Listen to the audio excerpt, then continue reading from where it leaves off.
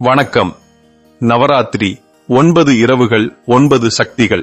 India முழுவதும் மிகுந்த சிறப்பாக கொண்டாடப்படும் பண்டிகை இது. ஆனால் இது வழக்க வழிபாடுகள் மட்டுமல்ல. நல்லது தீமையை வெல்வது, நம் உள்ளத்தில் இருக்கும் சக்தியை எழுப்புவதுதான் நவராத்திரியின் உண்மை அர்த்தம். நவராத்திரி என்றால் 9 இரவுகள்.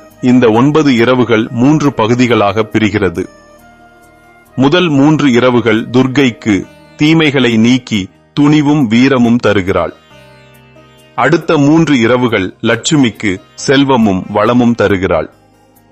கடைசி 3 இரவுகள் சரஸ்வதிக்கு ஞானமும் கலைக்கும் ஆசீர்வதிக்கிறாள். 10வது நாள் விஜயதசமி, அதுதான் வெற்றியின் நாள். இந்த பண்டிகையோடு பல கதைகள் இணைக்கப்பட்டுள்ளது. மிக பிரபலமான கதை மகிஷாசுரன். அவனை தேவதைகள் கூட வெல்ல முடியவில்லை. அப்பொழுது சக்தி துர்க்கையாக வெளிப்பட்டு 9 நாட்கள் போரிட்டாள். 10வது நாள் அவனை அழித்தாள். அதுதான் விஜயதசமி.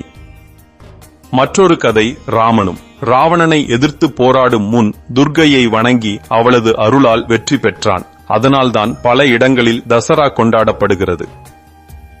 தென்னிந்தியாவில் கொலு மரபு. படிகளில் பொம்மைகள் வைத்து வழிபாடு.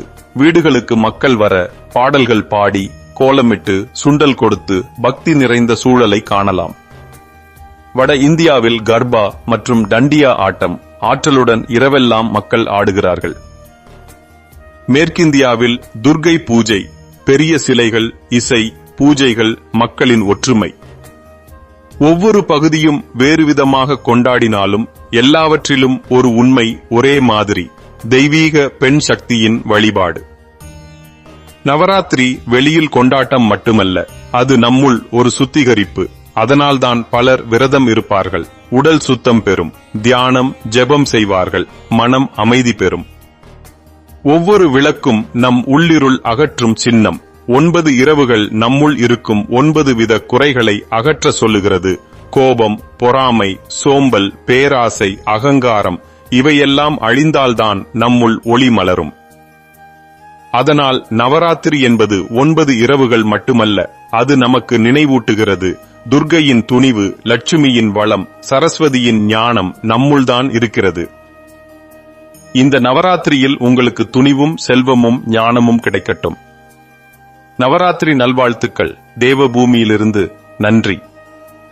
இந்த பதிவை ரசித்து இருப்பீர்கள் என்று நம்புகிறேன். இந்த பதிவு பிடித்திருந்தால் உங்கள் நண்பர்களிடமும் உறவினர்களிடமும் பகிரவும். மீண்டும் அடுத்த பதிவில் சந்திப்போம். அதுவரை நன்றி, வணக்கம்.